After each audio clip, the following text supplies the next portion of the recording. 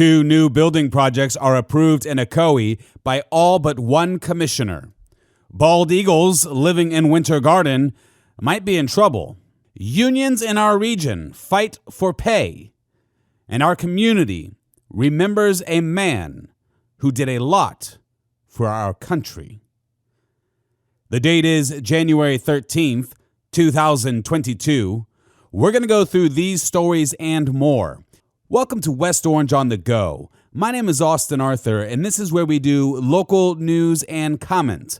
And when I say local news, I mean hyper-local. West Orange. This is your news. We begin in 10 seconds. You're listening to West Orange on the Go. Brought to you by the West Orange Times and Observer. Hosted by Austin Arthur.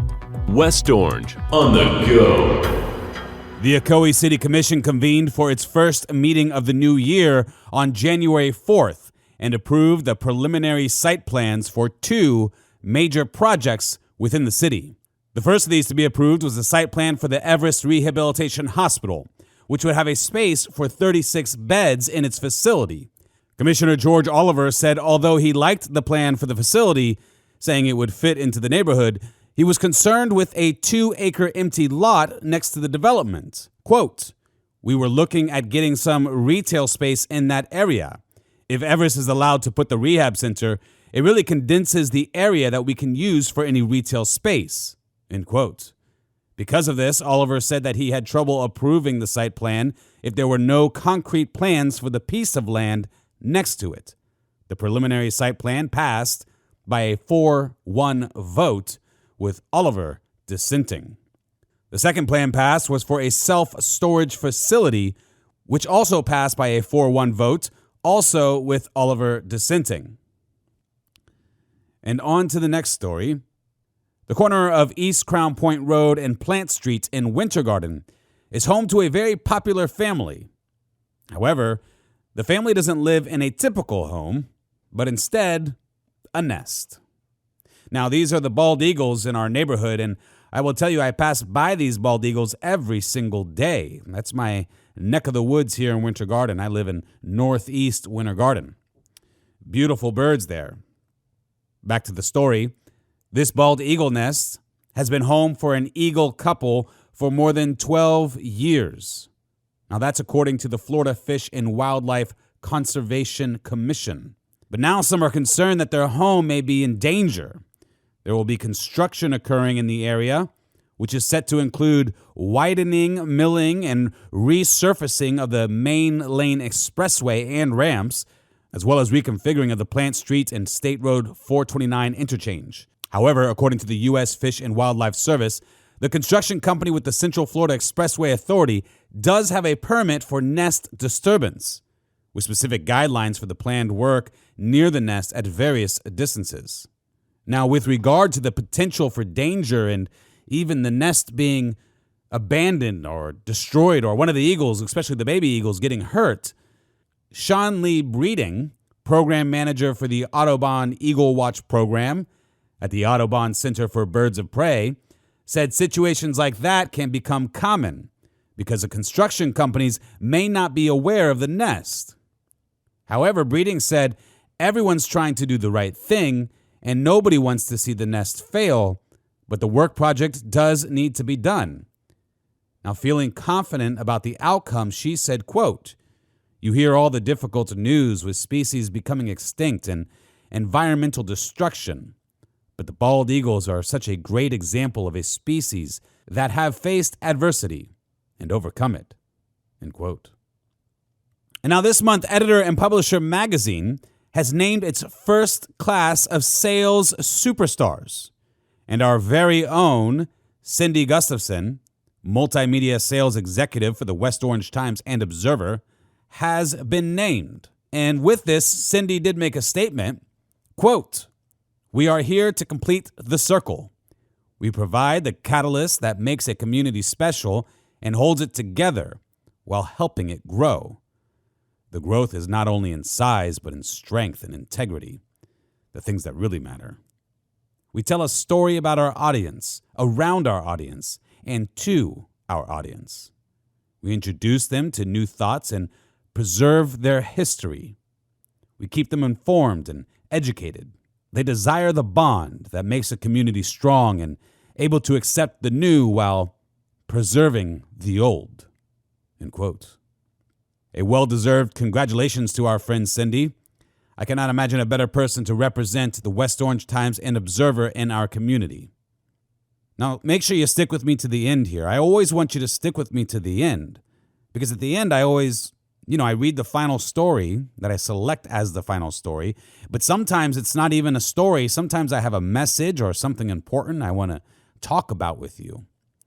So I think I'm going to call it, actually, I was thinking about it before today's broadcast, and I was thinking I will call this segment The Final Page. We got the newspaper, all the beautiful pages with all the stories. So my ending segment will be called The Final Page. So I want you to stick with me to the final page. Now this, after several months of negotiations, the Ocoee Fire Department and the Ocoee Firefighter Union have come to an agreement on a new contract, which would include better pay and incentives for firefighters and paramedics. According to the new contract, the pay for firefighters would increase from $43,691 a year to $45,439 a year. The new wage increase puts the department in company with some of the others in the region. And that is good news for West Orange, as the department in 2021 lost 14 firefighters and 13 firefighters in 2020. Now that's a major crisis, and you saw this play out all over social media, if you dare to be on there. But, there would be posts from the union and this sort of thing, and it was really a terrible thing going on. So I hope that this helps, because we love our firefighters. And in similar news, after more than 14 hours of presentations, testimony, and arguments, the Orange County School Board and the Orange County Classroom Teachers Association appear to have an agreement. From the school board, quote, "We are pleased to announce the school board determined our teachers should receive, pending ratification, the much-deserved salary supplement bonus and salary increase, which is between $2,600 and $6,000 for the 2021 to 2022 school year." End quote. In response, the union officials stated, "It is still not what our hard-working teachers deserve, but considering the inadequate funds from Tallahassee, it certainly is a welcome improvement." End quote. And now let's dive into our hyper-local sports with our sports high five for the week.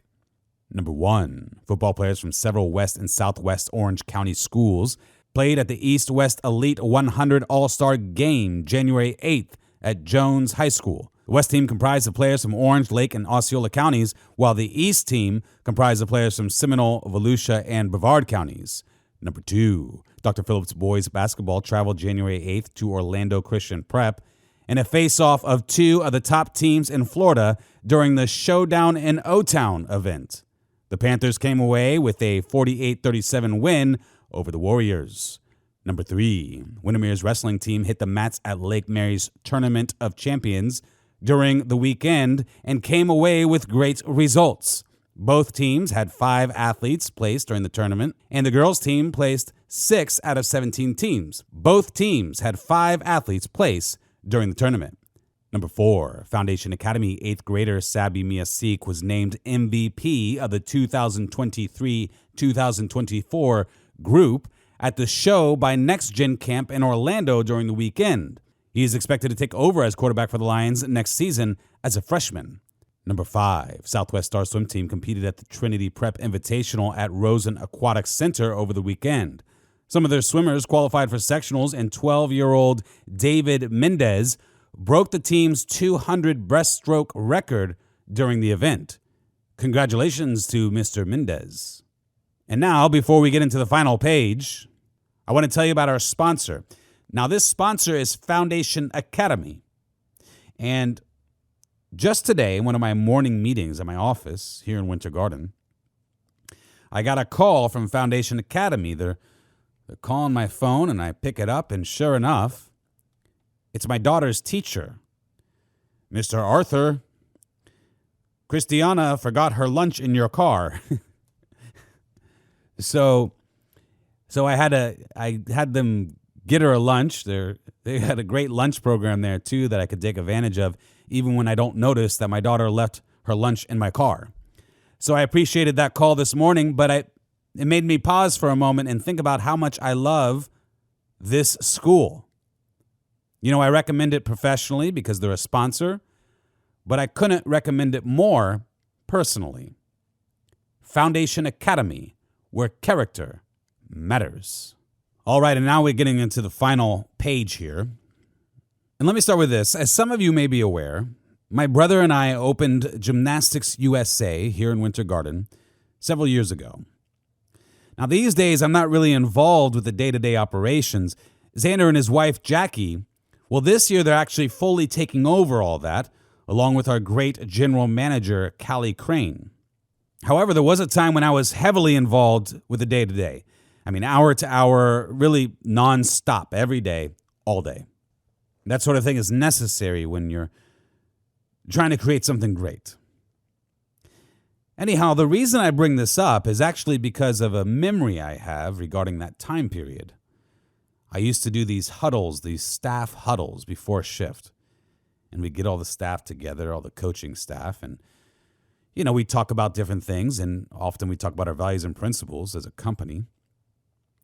But this day, it was MLK Day. So I thought, let me do something different. Let me do something a little more unique here with the team. So I got a bunch of small pieces of paper. I passed them around. And I told everybody, I said, here's your pen, here's your paper. I got 3 questions. I'd like for you to write the answers down. And I asked them, what is the legacy of MLK? Number 2, how did he die? And number 3, when did he die? Now, I don't like public tests, so I told them, you know, I'm not going to read these out loud and say anybody's names. As a matter of fact, don't put your name on it. Don't show anybody your answers. That's not the purpose of the exercise. So we collected them all, and I took a look. Now, keep in mind, the majority of these staffers are young adults, many of them seniors in high school or college students. And the answers I received back on those little slips of paper that day, well, they were quite shocking.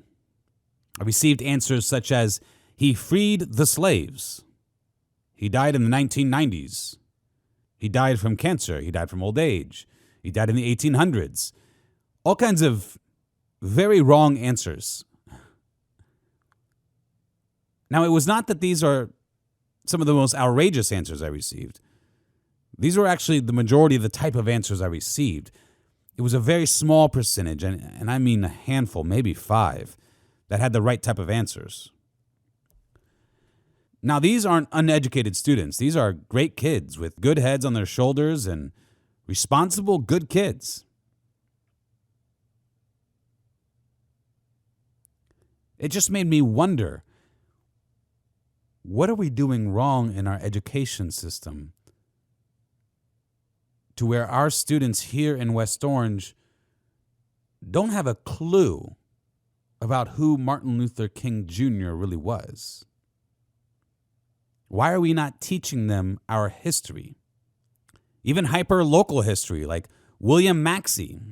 We have a school named after him, and that's a wonderful thing. I mean, that's the right idea. But, you know, now OCPS is naming schools wonderful things like Horizon High School and Lake Buena Vista High School and Water Springs Middle School. Names that mean nothing. It seems that we have turned away from teaching history to our children. Now, it's no secret that the city I love the most is Winter Garden, Florida. And they will be holding a great event on Monday in honor of Martin Luther King Jr., one of my heroes. Festivities will be held downtown starting at 10:30 a.m. Our great mayor will be addressing the crowd at 11 a.m. And Pastor Anthony Hodge will be reciting an MLK speech medley at 12:15 p.m. Ocoee canceled their event, citing public health concerns, and Oakland made a proclamation. But here in Winter Garden, we will be celebrating with a celebration.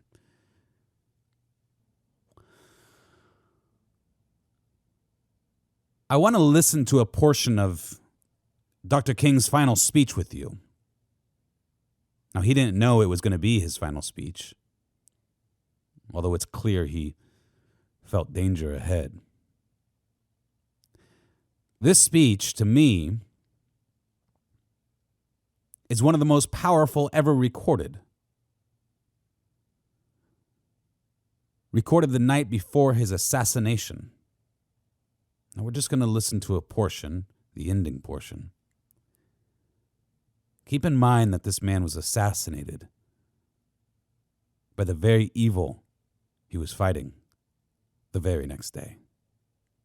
But somewhere I read of the freedom of assembly. Somewhere I read of the freedom of speech. Somewhere I read of the freedom of press. Somewhere I read that the greatness of America is the right to protest far right.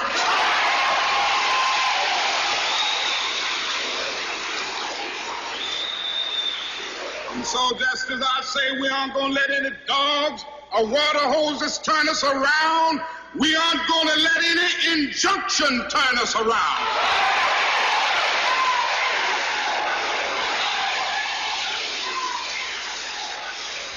Well, I don't know what will happen now. We've got some difficult days ahead. But it really doesn't matter with me now, because I've been to the mountaintop. I don't mind. Like anybody, I would like to live a long life. Longevity has its place. But I'm not concerned about that now. I just want to do God's will. And He's allowed me to go up to the mountain. And I've looked over and I've seen the promised land. I may not get there with you, but I want you to know tonight that we as a people will get to the promised land.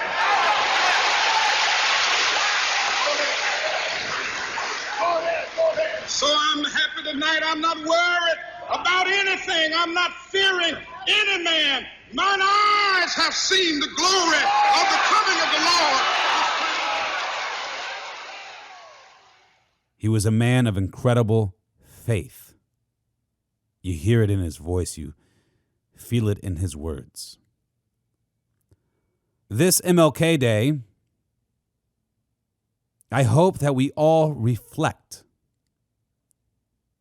on what it means to have and want and understand a colorblind society.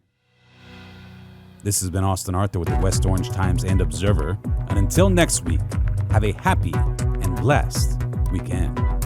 West Orange on the Go is brought to you by the West Orange Times and Observer. Hosted by Austin Arthur. West Orange on the Go.